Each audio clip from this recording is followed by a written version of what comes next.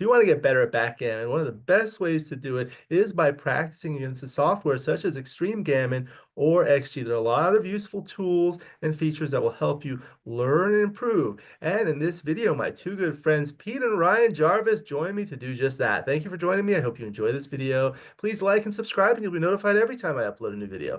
Let me know what you think in the comments below, what you'd like to see in future videos, and I'll work on it. If you love backgammon, you can become a member of this channel, giving you exclusive access to the most popular videos. My book, Backgammon Backgame Strategies, is available. There's a link in the description of where you can get it. And if you're interested in lessons, please contact me via email. My email address is also in the description. Again, in this video, it's my great pleasure to welcome father-son duo Pete and Ryan Jarvis. We'll start with you, Pete, at the top. Hello. Hello, Alex. How you doing? Very good. Thank you for asking. How have you been? Good, good. We're Good. just yeah, Playing uh, some backgammon. You're retired. right. And Yeah, happy to have you back. as much as I can. Yeah, and I'm very happy to have your son as well. Ryan, hello. Hey, Alex, thanks for having us. It's a pleasure to have you. It's the first time we've done a father-son duo, so I'm excited. Very cool. So I've spoken with Pete before, but tell me, you live in New Mexico, right? Albuquerque, New Mexico, yes. Very good. How long have you been there? 20, 20, yeah, about 20 years, A long time. 25 years. So you like it there? I do. And you've been playing backgammon. You started more recently, right? Yeah, a little less than a year ago, my father got me into it. So Oh, okay, good. Is there a backgammon scene there? there's a local club, kind of small, about 15 people. It happens to be on a day that I have another commitment, so I don't Oh, get to. really? So You know, I didn't know about that because I lived in Albuquerque for a year and I didn't know about that, but I would play poker at the casinos there. yeah, actually, Yeah. I used to play quite a bit of poker myself. Which one would you go to? Sandia usually. Yeah, yeah, that's the one I went to. Okay, Yeah, it's a nice Sandia's a good one. casino. All right, we're happy to have you. All right, so we're going to be playing an unlimited session, money game against XG. We're playing on a beautiful P40 board. It's an orange board. We'll be playing the red checkers at the top. Excuse me, the red checkers at the bottom, XG, the black checkers at the top, bearing off on the right. Unlimited game with Jacoby and Beaver and Raccoon. The Jacoby rule states that gammons and backgammons do not count unless the cube has been turned. Most important thing is to have fun. Number two is to learn. You're welcome to consult with me. The final decision is up to you. The XG board is made by Rain. He makes beautiful XG boards. There's a link in the description to where you can get it. And here we go. Great. So we'll start with the 3-2. How do you like the 3-2? Um, I usually with 3-2, I usually go 24-21 and 13-11. Okay. Occasionally I would do 13-11, 13-10 if I was feeling more aggressive, I guess, but I think the split and down is probably a little more balanced. Okay, so splitting down. You agree, Pete? Yes, I do. Okay, very good. 6-4 comes out and hits. All right. And now 4-2. So I would come in on 21 and then hit on 11. Very good. Now 4-2 for black. Brings one down. Okay, and now. Okay, 6-4. I'm Well, we could either make the 7 point or hit on 14, really. Those seem to be the. So let's look at this, and now we'll look at the other one. Yeah. What do you think, Pete? yeah, that's fine. Okay. 3-1. Anchors on the 21. All right. Again, 6-4.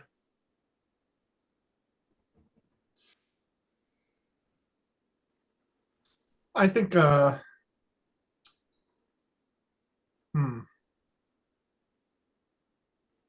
What are the options you'd consider? Making the 7 point is an option. That leaves a hit on 14, obviously. Right. Um, What's plan B? I'm not sure that I really see a way to not leave a hit here. Um, Yeah, I think making the 7 point is what I would do, but if either of you have an alternative, another thing we could do is, well, 21 to 11, that still leaves the 14. Right. Or we could make the 2 point.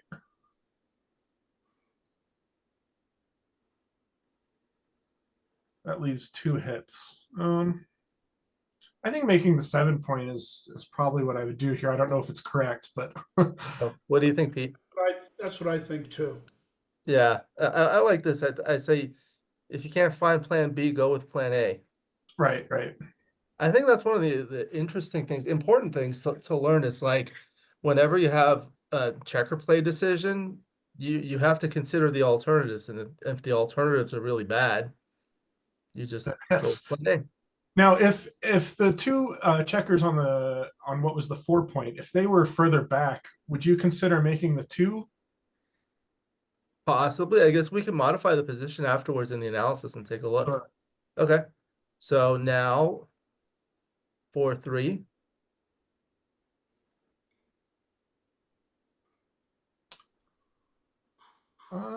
I would probably go 14-7. 14-7.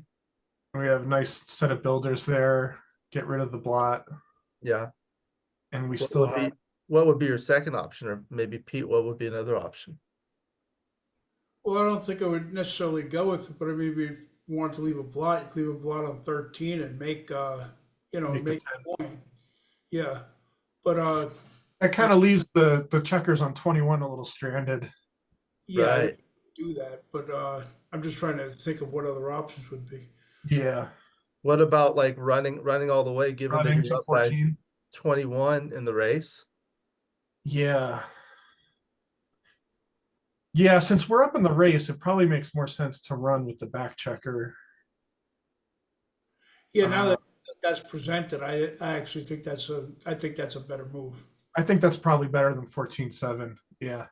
So when you look at breaking an anchor, there are a lot of there are actually a lot of things you need to take into consideration. Of course, you look at the race.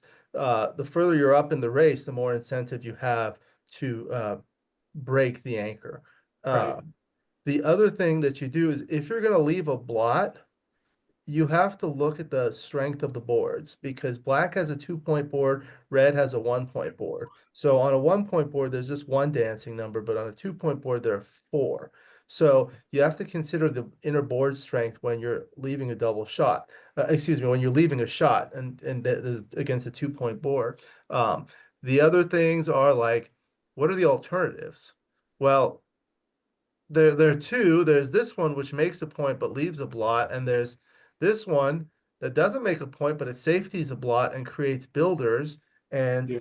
the other thing is so if you leave this here, there's still a gap on the 5 point and a lot of open points here that it's covering. So it's going to be hard for black to make the 5 point cleanly without leaving a blot or without leaving something in the outfield. So there's a lot to consider when you're thinking about breaking an anchor. Yeah, I think if we were behind in the race, going 14-7 would probably make more sense than running, but I still think I would be inclined to run here. You like running? Yeah, What about you, Pete? even though Uh, we're down on the home board. Yeah. Okay. We'll see. I would suspect the 14-7 is right, but we'll see in the analysis. Okay, now double five. All right, comes around, and now 6-2. Okay. 21-13 seems pretty. 21-13. Yeah, Yeah, that's straightforward. All right. yeah, And now 3-1. So this is called a holding game where one player is holding the other, and this is a very good type of game to study because they occur very frequently. This happens to be a 16 point holding game. Oftentimes it's a 20 or an 18 or a 21, but it's the same idea. Okay, so now could two you explain one. that 16 point holding game real quick So compared this to? is your 9 point, which is the opponent's 16 points. So Uh-huh. the opponent has an anchor on the 16 points, so Oh, it's I see. holding from there. Okay, great.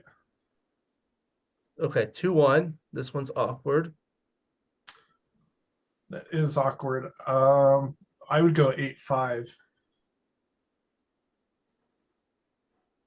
Or even 7-5, 6-5, maybe. No, because then that's a direct shot from the one.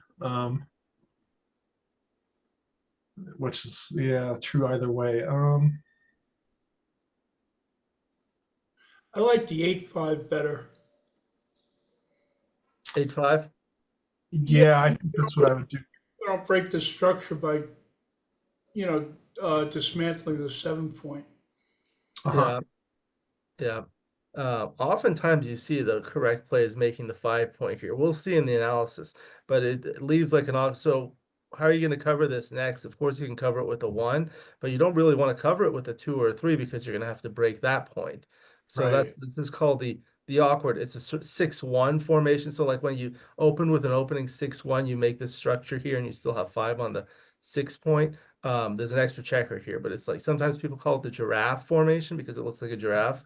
Anyway, so we'll play 8-5. Now 2-1. Okay, and now 3-2.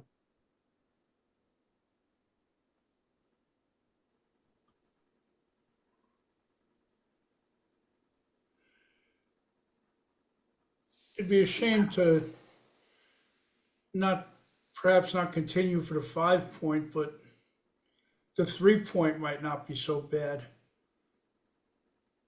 Uh-huh. Just because there's nothing, we're not leaving any blots or. Yeah. The other option was like this, make the 5 point. Yeah. That would Yeah, be I noticed that. I'm not That sure which of those is better, but well, that just seems better. I mean, to have This the one. 7-6-5 is just. and then what would you do with the so we're going 8-5, what would you do with the 2 there? It was 8-5 and 8-6, like the results in this Oh, one. an 8-6, okay. Yeah, I think that's probably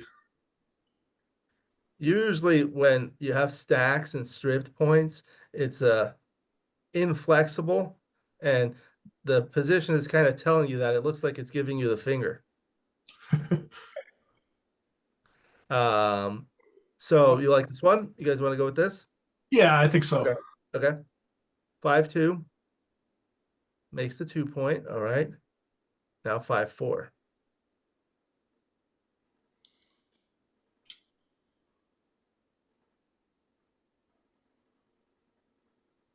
We do 5-2, 6-2, leaving a shot on 7. 7-2, 6-2, like that. Yeah. Okay. Um or else 13-4. Either way, there's a direct shot. Um,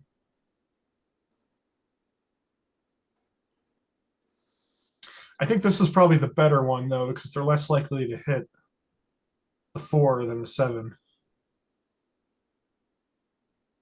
What are your thoughts, Pete? Yeah, it's one of those things trying to find the least bad. I know. Yeah, I think. This is what happens when you have an inflexible position, But the rules become awkward. hmm yeah, there's nothing to. Yeah, this seems. I mean, with Ryan said, there's less chances of being hit on the 4, so. Okay, so we'll go with it. Oh. Double 6. All right. All right. So now Now 3 we 1. don't want to get hit. Now you don't want to get hit. Your home board. Um, Yeah, so I think 7-4. And then 7-6, like that. It feels kind of gross to stack Yeah, them. but there's also the option of this one. It blocks the 6s. Yeah. that's, I don't know. It's also probably not great leaving that gap, but I do think it's better than just continuing to stack the 6. Yeah, I agree. Actually, I think making a 3-point is Yeah. best. This not only unstacks the 6, but it gives them a 6 out. Yeah, yeah, Yeah, yeah. Holding that 7-point is probably important there. Yeah. Okay. 5-3. Okay, can run from here now. Okay, runs partially. And now 3-2. Okay, so that's a good roll. Make the point. Make the point. Yeah. Very good. All right. So how many return shots are there? How many numbers hit back from the bar now for black? Well, they could do 1-6, 2-5. So that's four out of Four rolls. 36. Four rolls. Yeah. So that's 11%. Okay. 4-3. Wrong 7. At least it was a 7, right? Okay, so now there's a doubling decision. I would double here because uh we have builders on 6, the free checker on 7 to make either the 2 or the 1 point with getting pretty close to closing them out. And then we can get the checkers off the 13 and 14. I think it makes sense to double. What would be your objective on the upcoming roll To make the 2 point. to make the 2 point? Yeah. Or even make the 7 point, perhaps? Sure. Yeah. Yeah.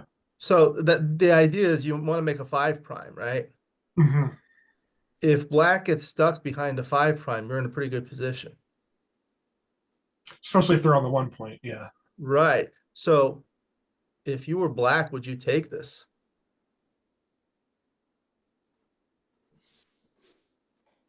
I don't think I would because um our checkers on the 13 and the 14 are have a pretty easy job jumping over their 12 point there. If they had more opportunities to hit as we're trying to get our checkers in, maybe it would be a take. But if I were them, I would pass here. Yeah. That's correct, though.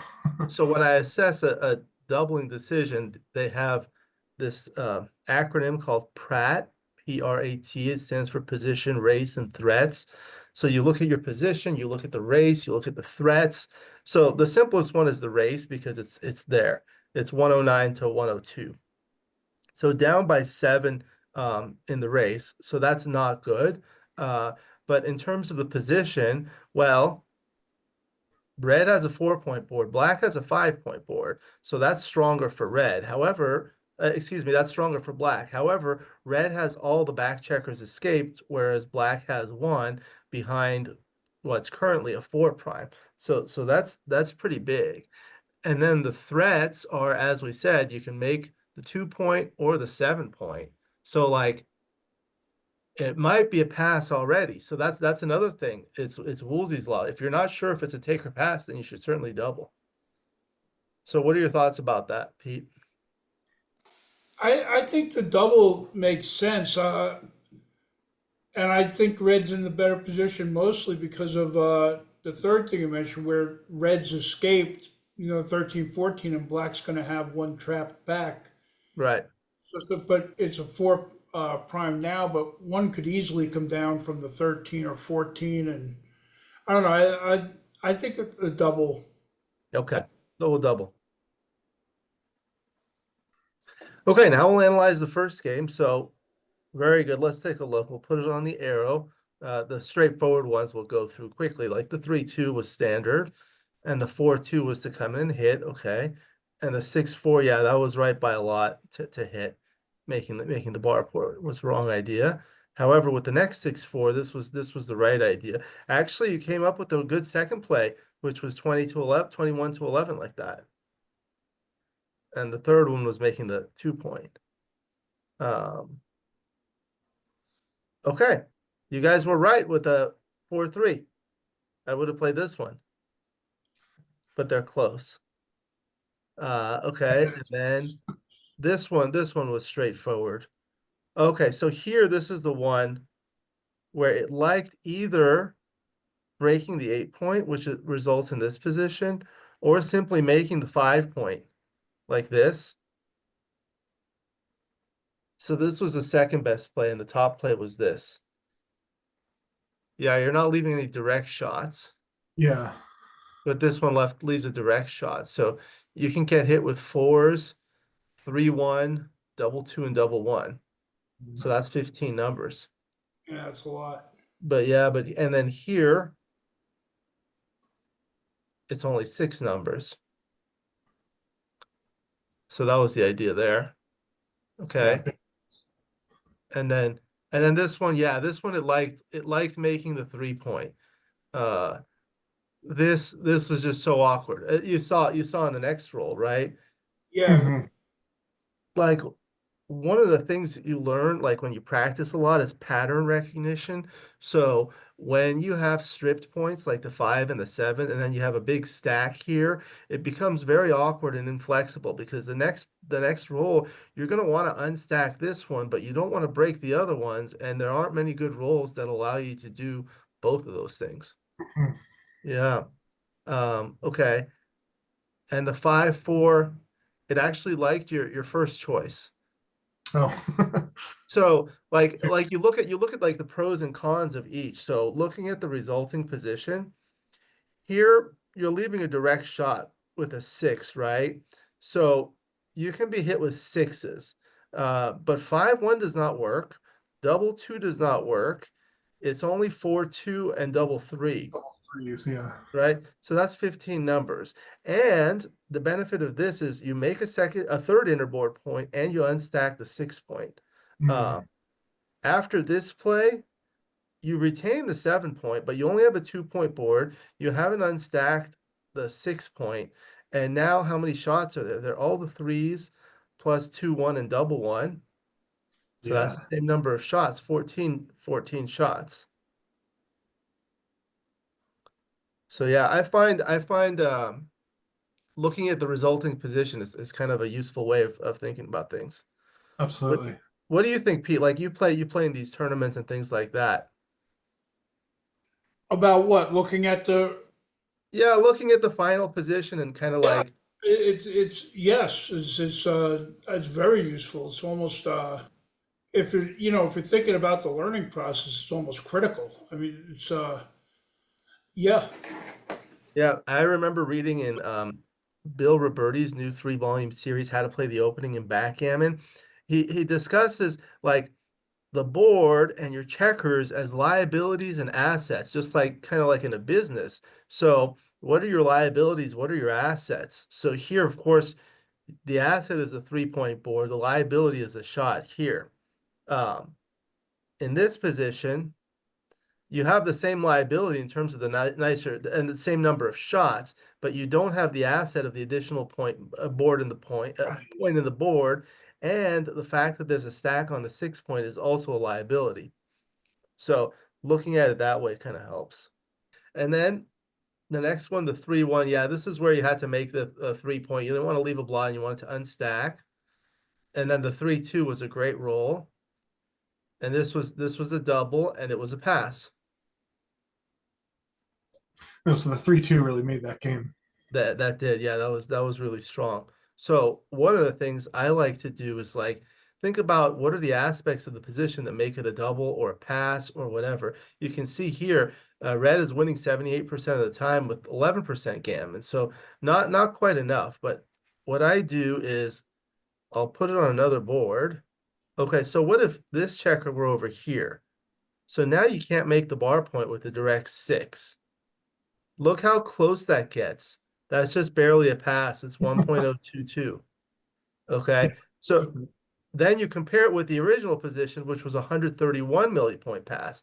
This is over 100 extra millipoints in equity just by moving this checker from the 7 to the 8. So this is what I teach people is like they say, how are you going to learn from XG because it does not speak to you. It does not speak to you. What you have to do is you have to do these thought experiments. You have to look at the original position and say, oh well, what if this one were back here? So now you put that into the computer and it gives you this output.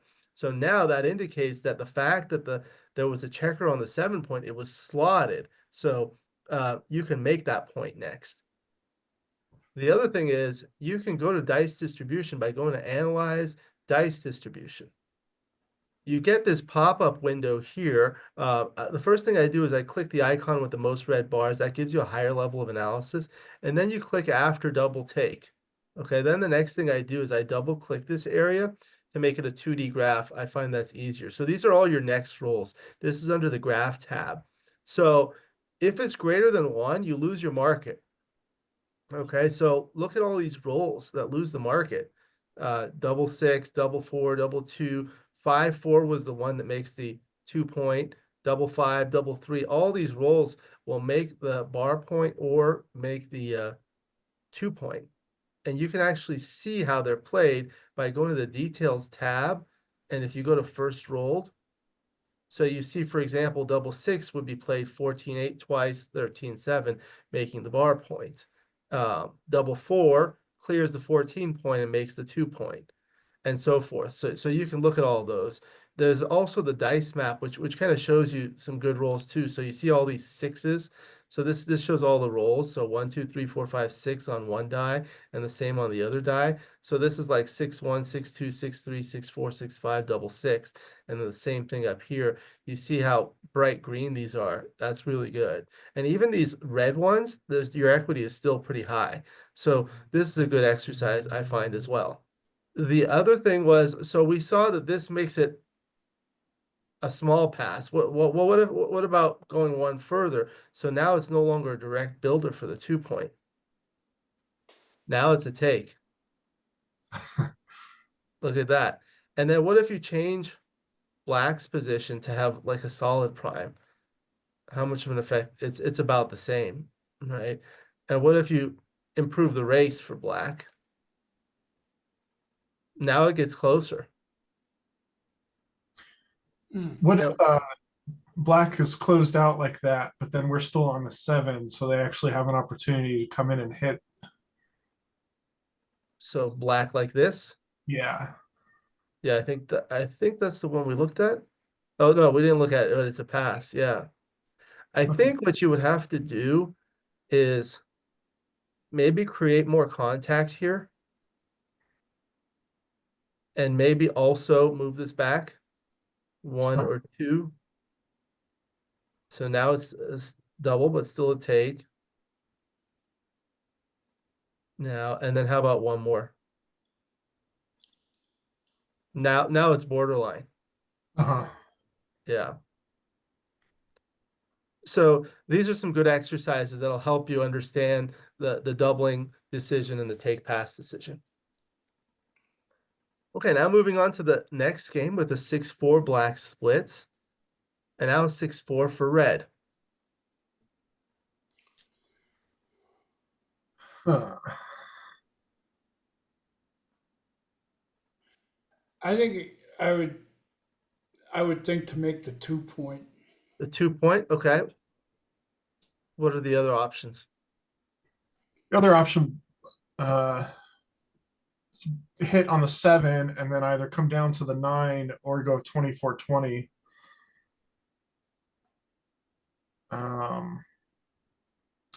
I mean, that's more balanced. Hitting on the 7 and going down to the 9 gives you opportunities to make more points on the next roll. But yeah, I'm not sure. What do you think about that one?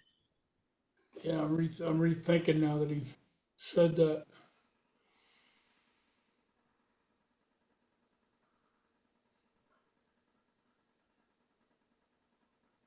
I don't know. I'm a little torn to tell you the truth. I, Um, I think making the 2-point makes more sense when both of their back checkers are still on the 1, but that doesn't mean it's wrong here. I'm not sure.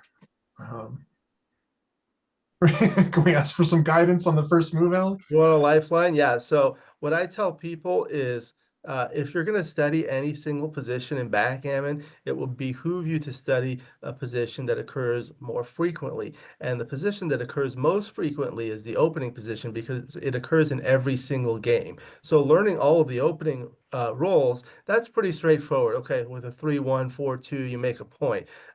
So after that, you want to learn all the second roles. Obviously, there are many more, so it's important to study them, learn them, or memorize them. Anytime the opponent opens with a 6 splitting and you roll a 6, you're going to want to hit. Okay. Okay. You want to hit on the bar point unless you roll a 6-2 in this case where you could hit over here. Yeah. So once you do hit here against the 6-4, this builder on the opponent's 9-point is very powerful. There's a lot of threats over here on the other side to make a board point. So what you want to do after that against the 6-4 is split. But against all of them, you basically want to split. If you were to hit with a 1, Now what you're doing is you're unstacking the non-heavy 8 point. You strip the 8 point, so you're not bringing another checker into the zone. Once you hit with a 6, it also brings another checker into the offensive zone. So that means you can balance it by playing on the other side. Yeah, So that makes sense. So that's the so right play. 13, 7, 24, 20. Correct. Okay. Now Okay. 6-3. So oftentimes as a hitting exchange because they have good sixes from the bar. Okay, now 3-2. I would come in on the 20 and take their 5 point. Yep. And that's the golden point. It's a very valuable long-term asset. Okay, 4-2 makes the 9 point. Okay. 6-5. I think it makes sense to just run. Yeah, I agree. What would be your second option, if anything? Boy, you can hit on the 9 from the 20, but you'd be giving up the golden point there. Although that does look like a kind of a nice formation there. For hitting again on either the 3 or if they come in anywhere else. You have a lot of builders down there. Still, I think running is what I would do. Yeah. Another option would be to come down and hit like that. Huh. Interesting. Yeah. Yeah, and then you're slotting the 3. Huh. It's kind of a tempo play where you put them off balance Uh-huh. by forcing them to enter with a single roll. You're a musician, right? You know about tempo. Um, and then the other thing is you're behind in the race, so this is kind of an asset back here. If you run all the way, now black is going to want to, make this point maybe with a 6 and also has some freedom to just dump checkers behind if necessary. Maybe Uh-huh. not immediately, but later. So lots to think about. Yeah. Uh, Would uh would it change the context a bit depending on like if we were playing a match and this was, Possibly. because then I'd be more inclined to play aggressive if we're behind in the match. Uh Right, and then I would think 13-7 and then hitting on the 3 point would definitely make a lot of sense. right, right. Um Which one do you like, Pete? I think if I was playing, I would probably make the running play incorrectly.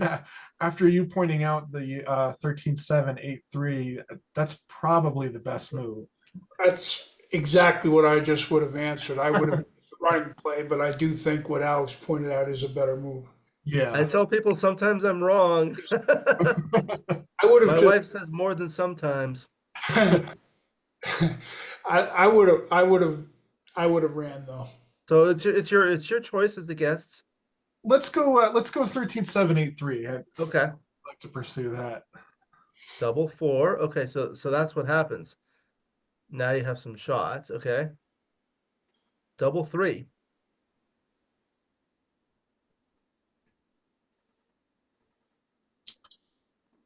Well, we can make the 4 point and hit at the same time, but then we're leaving shot on 3. Like this. 1, 2, 3, 4.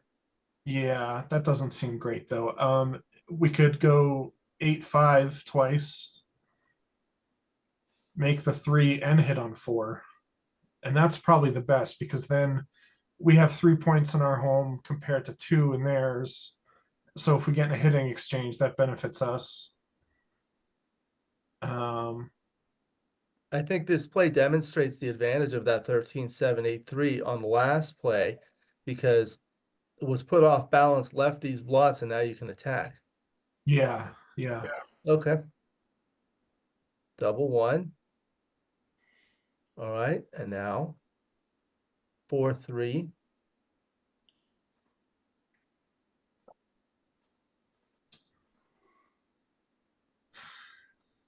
Hmm.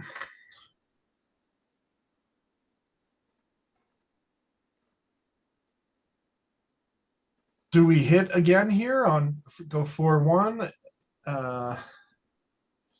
And then maybe 13-9, or well, hmm,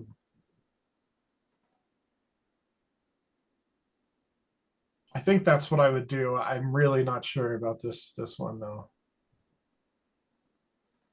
What do you think, Pete? Here again, it's pretty much the way I feel about it. I mean, I'm not sure, but this seems reasonable.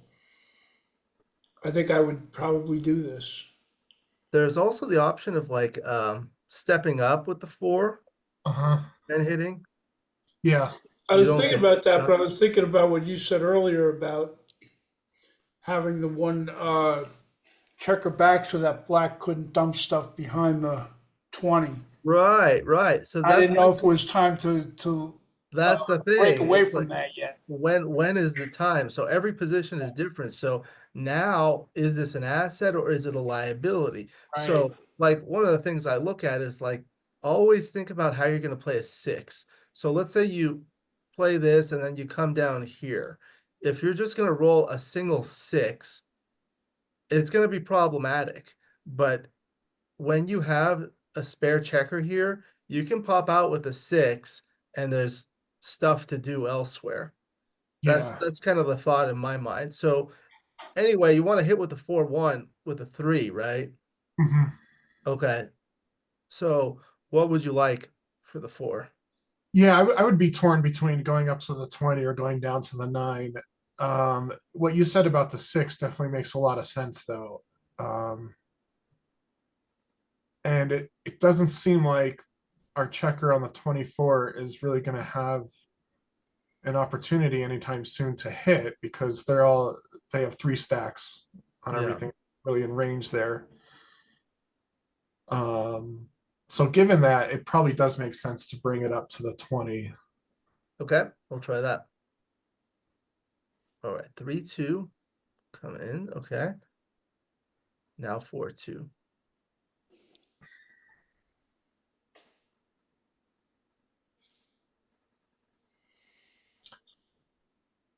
Um, 2014.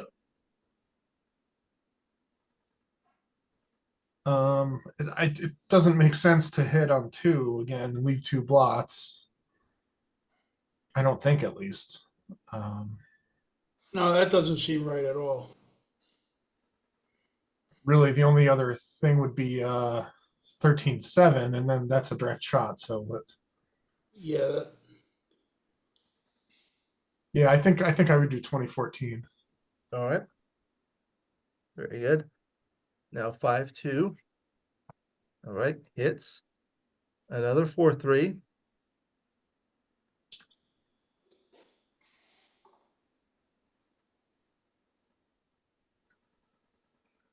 Um, Come in on the 21, and then we can go 18. If they hit, we have a lot of opportunities to hit back, but that seems really vulnerable, though. I don't,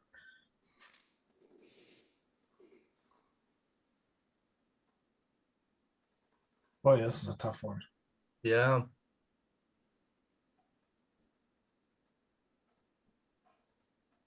can you put it back on the bar for a second? Yep. So then, it, would-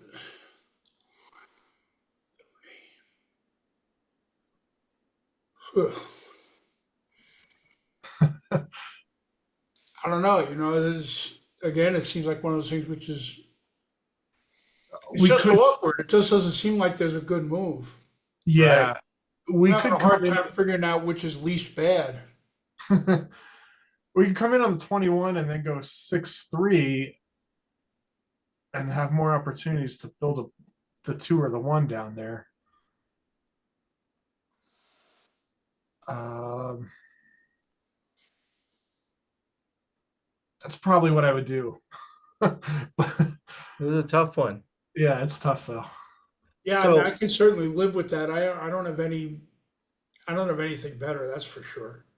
Yeah. Paul McGreal talked in his book about safe versus bold criteria. So when to make a safe play, when to make a bold play. So this would be a more safe play because you're not provoking contact here and just leaving that. And then the bold play would be to come out here and to kind of provoke a hitting exchange. So Uh-huh.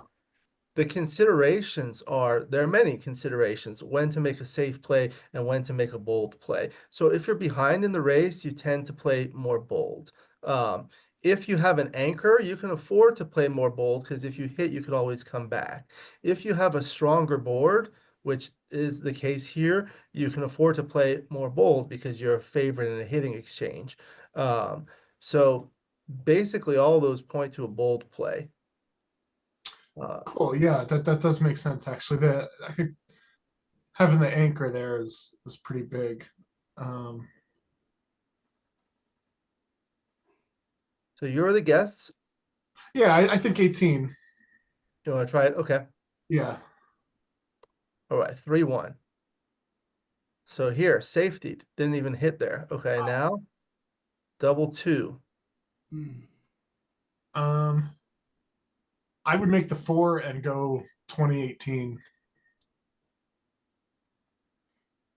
Yeah, I agree. Okay. Very good. 2-1. Can't go all the way, but looking for twos.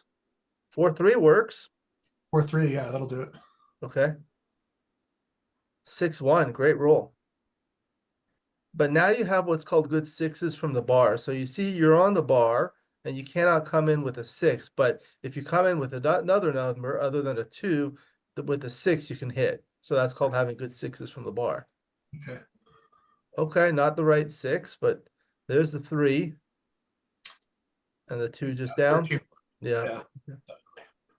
3-2. Okay, safety's that checker. All right, now double one.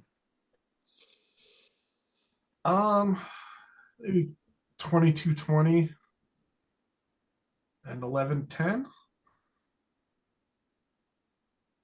Yeah, I think so. Okay. Do you want to keep this? You want to bring this up or keep it back? What would be the better here? I mean, I guess if you were black, would you prefer that red had this checker over here on the 20 or on the 22?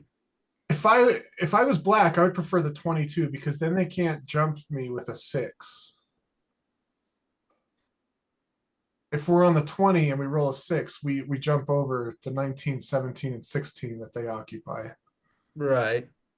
You could also play sixes off here, right? Yeah. Yeah, I'm not sure about that 22-20. I would think if I was black, would prefer the checker to be on the 22. You would prefer this position as black. As Yeah, black. I think that aren't there just more numbers that'll hit? Yeah, probably. And it's tougher to get that checker out. Yeah. Okay, so you want to go to 20 and then make the 10 point? Yeah. Okay. Is that another close one, Alex, or is there something very obvious that you see? I think I would have just slotted the 7 point.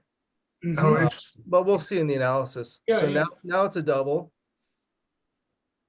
Um, I mean, we have a much better home board. Yes. Um, It's too bad we don't have any spares anywhere, though. Anything that we do, we're gonna have to leave blots and so forth. It's too bad none of our points that we've made have spares on yeah. them. If we hold that 7 point, they're that gives them a tough time moving out of the 13. Unless I mean, they could just keep stacking 9-8 and then go from there, but it's a little more indirect.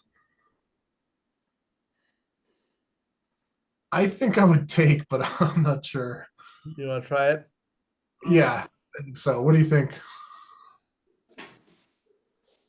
I would probably take two, but that I'm not saying that I think that I don't know that that's the right. But I would Okay. Let's do it. intuitively. Let's do it and see. 6-2 plays behind. Now 5-2. 2013. Now it's time. Okay. Yeah. 6-2 is going to play behind, and now 6-1.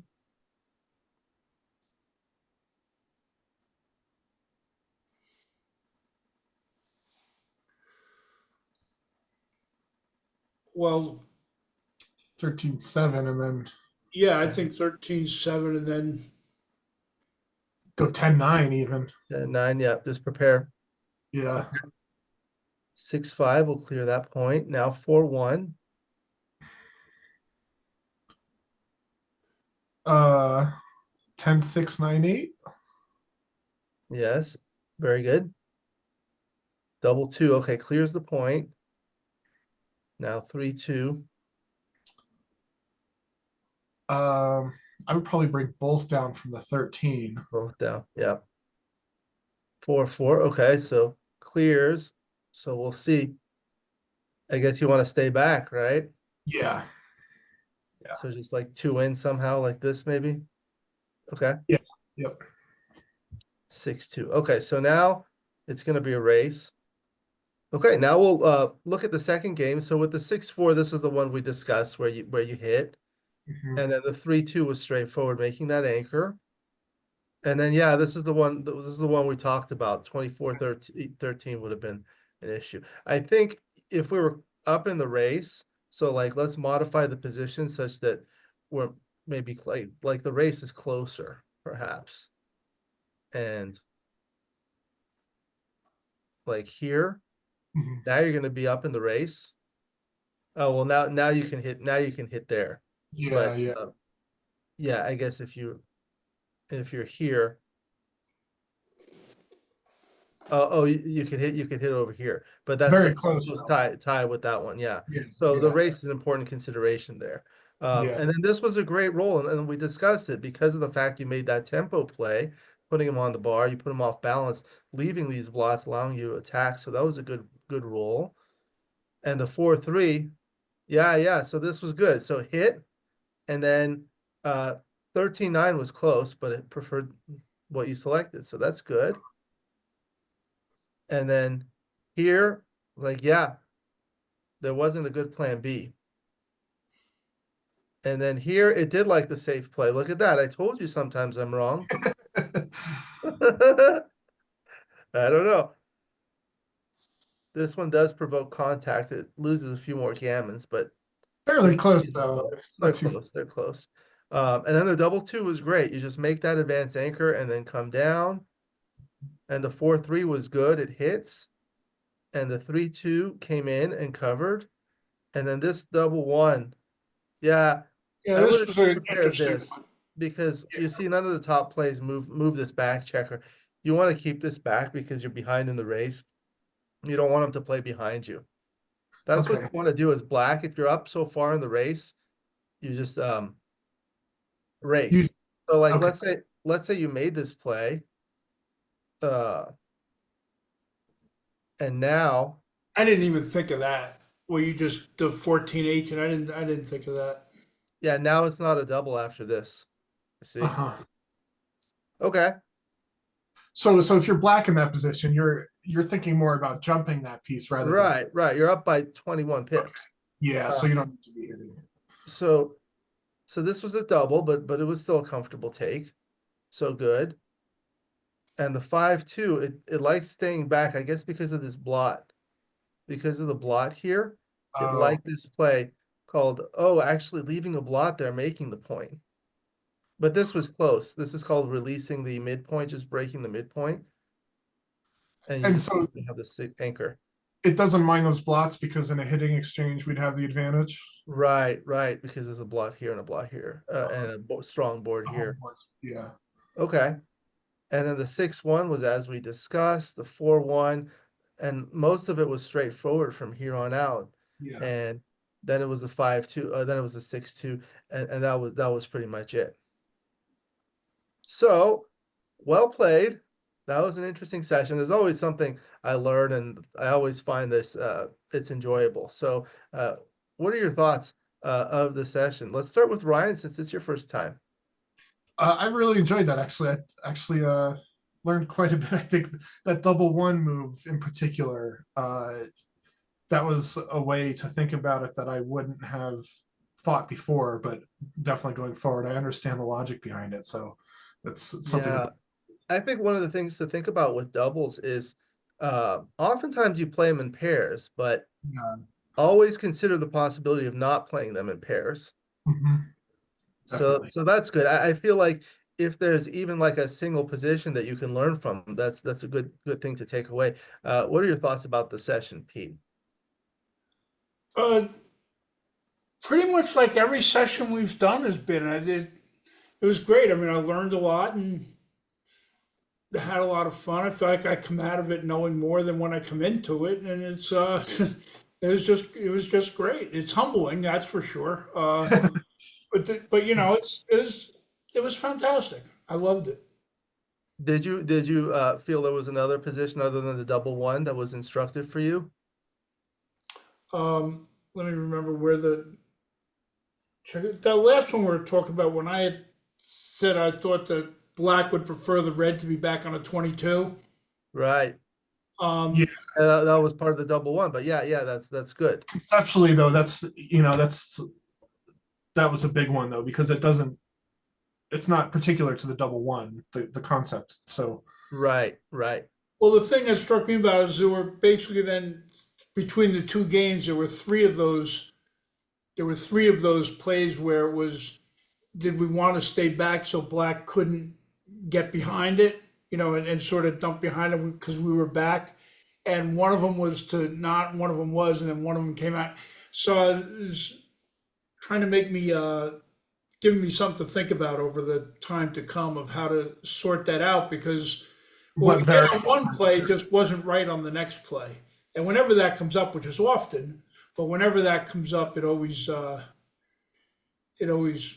gives me pause, you know. Yeah, it's very good. I mean, I feel like I always enjoy these, and there's always something to learn. So very good. So Ryan, I know you're busy in the land of enchantment, but Pete, you're in the Garden State. Any upcoming tournaments you're gonna go to? Well, I'm going to go to the Ohio one next week, which I'm really excited about. And then we get back in just a week or so later is Cherry Blossom. So I am going to go to both of those. They're in, I'm not much on flying, and they're both driving Yeah. distance. I Oh, mean, are they? That's good. I would like to go out some near Ryan so we could meet there. But like I said, I'm still working back into being a flyer. September, I'm going to go to Boston. So as far That's as I close for know, they're you. probably the only three I'm going to get to for the rest of this year. But who And knows? I wish I could go to that New Orleans one just because it's oh yeah, inaugural one, and I just think it'll be New Orleans and so it's forth. fun. It's fun there. And of course, you were in New York because that's close to where you live, right? Oh, what did you At say? the you were at the New York Metro tournament. Oh yeah, that was very yeah, that was half-hour ride from where I am. We stayed Perfect. there though. We didn't come back and forth, but yeah, Yeah, that's more convenient. very close. But Well, luckily, very Ryan good. came out for that though. Ryan came out here Oh and yeah, we went together. that Yeah, sounds like fun. it was a lot of We had a fun. great time. Very I'll be good. heading to the Denver tournament in October, and then we're hoping Oh, next season you that know, when I lived in Albuquerque, I went to the Denver tournament oh once yeah, years ago. That was run by Linda Clay at the time. Now it's run by Dan Minardi, and that's a really good tournament. So you'll have a lot of fun. yeah, I'm looking forward to it. And then we're hoping next season that the two of us can meet up for a couple of them. So Yeah, we've been Yeah, starting to figure out how we could do that. I think I'm reasonably certain Ryan will be coming back out for the New York one again, as he and I yeah, have discussed. absolutely. But then we want to meet at some others somewhere, somehow work it out. yeah, I know there's often one in St. Louis, kind of midway almost. Yeah, St. Louis, Chicago, those kind. You border, you know. Yeah. Well, very good. It's been such a pleasure having the both of you on. Any final comments before we conclude? Let's start with Ryan since it's your first time.